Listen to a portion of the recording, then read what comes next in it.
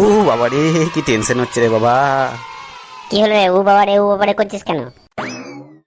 Interview দিতে আসলেন না ভাই, আমার প্রচুর ভয় লাগে, প্রচুর টেনশন হয়। অত ভয়ের কি আছে? ভাই আর বলিস না, আমি সাধারণ জ্ঞান আর ইংরেজিতে আমি খুবই দুর্বল। আমাকে যদি সাধারণ জ্ঞান আর ইংরেজি থেকে প্রশ্ন ধরে তাহলে আমি তো নির্ঘাত ফেল। ভাই একদম টেনশন করিস না, স্যার আমাকে যে যে প্রশ্নগুলো ধরবে আমি সব উত্তরগুলো তোকে চুপি চুপি কানে কানে বলে যাব। তুই শুধু উত্তরগুলো সিরিয়াল বাই সিরিয়াল বললেই হবে। ঠিক আছে ভাই, তাহলে তো দারুণ মজা হবে। আপনার নাম কি? স্যার আমার নাম পিন্টু। আচ্ছা পিন্টুবাবু, বলুন তো চাঁদের মাটিতে প্রথম কে পা রেখেছিলেন? 1969 সালে স্যার নীল আর্মস্ট্রং প্রথমে চাঁদে গিয়েছিলেন। বাহ। বর্তমানে আমাদের দেশের প্রধান সমস্যাগুলো কি বলে আপনার মনে হয়? বেকারত্ব আর দুর্নীতির সমস্যা স্যার, তবে চাইলেই আমরা এটা দূর করতে পারি।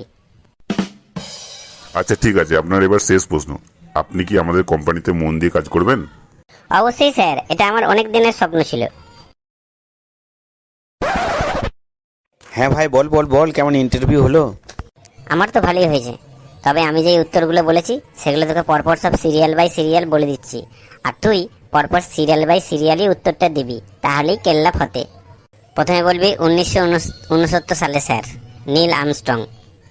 তারপরের উত্তর বলবি বেকারত্ব আর দুর্নীতি, চাইলে এটা আমরা দূর করতে পারি। আর শেষ উত্তরটা বলবি অবশ্যই স্যার, এটা আমার বহুদিনের স্বপ্ন ছিল। ঠিক আছে, আমি সব উত্তরগুলো বলে দিয়েছি, এবার তুই সিরিয়াল বাই সিরিয়াল সমস্ত উত্তরগুলো বললেই ব্যাস, নো টেনশন, পাস করে যাবি। তাহলে বলুন আপনার জন্ম কত সালে, আর আপনার জন্ম হওয়ার সময় ডাক্তারবাবু কে ছিলেন? 1969 সালে স্যার নীল আর্মস্ট্রং আমাকে বের করেছিলেন। হ্যাঁ, বলেন কি? তা আপনার সমস্যাটা কি? বেকারত্ব আর দুর্নীতি স্যার, তবে আমরা চেষ্টা করলে এটা দূর করতে পারি। এখানে আমার সামনে এসে কি আবল তাবল বকছেন? আপনি কি ফাজলামো করতে এসছেন এখানে? অবশ্যই স্যার, এটা আমার অনেক দিনের স্বপ্ন ছিল। এই কে কোথায় আছো? একে আমার চোখের সামনে থেকে নিয়ে যাও এক্ষুনি, নাহলে খুব তাড়াতাড়ি আমি পাগল হয়ে যাব। চল বেটা পাগলুটু, বাইরে চল। কিরে, কেমন ইন্টারভিউ হলো?